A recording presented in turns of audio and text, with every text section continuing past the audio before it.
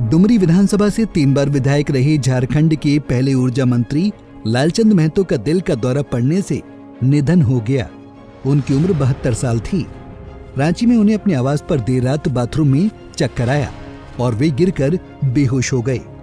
उन्हें तत्काल प्राइवेट अस्पताल ले जाया गया, जहां डॉक्टरों ने उन्हें मृत घोषित कर दिया। वहीं इस खबर से देश से लेकर राजनीतिक गलियारों में शोक की लहर दौड़ गई है। लोग विश्वास नहीं कर पा रहे हैं कि वास्तव में उनकी आकस्मिक मृत्यु हुई है। इधर उनके डुमरी स्थित निवास स्थान में ताला लगा हुआ है और गमगीनता का माहौल है। कहा जा रहा है कि उनका पार्थिव शरीर राजभवन झारखंड रांची में रखा जाएगा और श्रद्धांजलि के पश्चात पुनः डुमरी के निवास स्थान में लाया जाएगा और यहाँ श्रद्धांजलि सभा के पश्चात पुनः बेरमो स्थित उनके पैतृक आवास ले जाया जाएगा।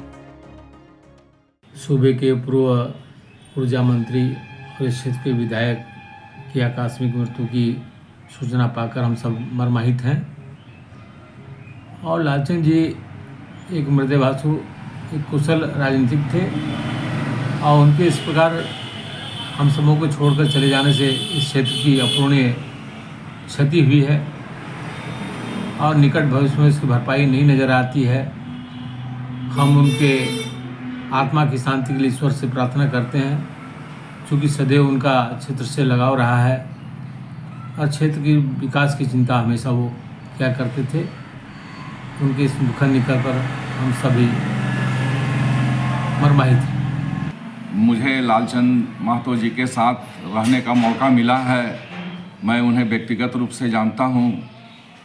आज उनका दुखद समाचार सुन के क्षेत्र की जनता, झारखंड की जनता बहुत मर्माहत है। वे सदानों की, पिछड़ों की आवाज़ थे। आज पिछड़ों का आवाज़ और सदानों का आवाज़ का अंत हो गया है। इस दुखद घड़ी में मैं उनके परिवार और उनके साथ हूँ।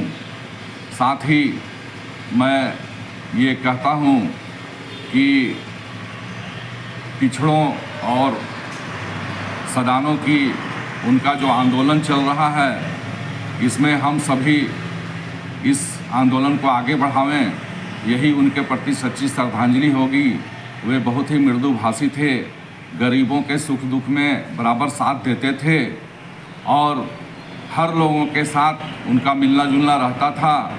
राजनीतिक द्वेष से वो बहुत दूर थे, पूरे झारखंड के लोगों को साथ लेके चलते थे।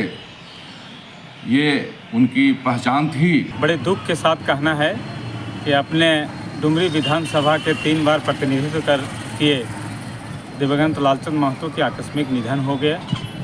लालचंद महतो ने पिछड़ों दलितों के लिए मुखर रूप से काम किए थे, पिछड़ों के मसीहा थे और अपने जब ये झारखंड राज्य अलग हुआ, अलग राज्य में वो प्रथम ऊर्जा मंत्री थे।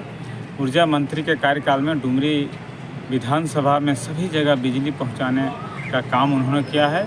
जो आज़ादी से आज तक बिजली का सपना गांव ग्राम लोगों ने देखा था, उसके सपना को साकार लालचंद महतो ने किया है।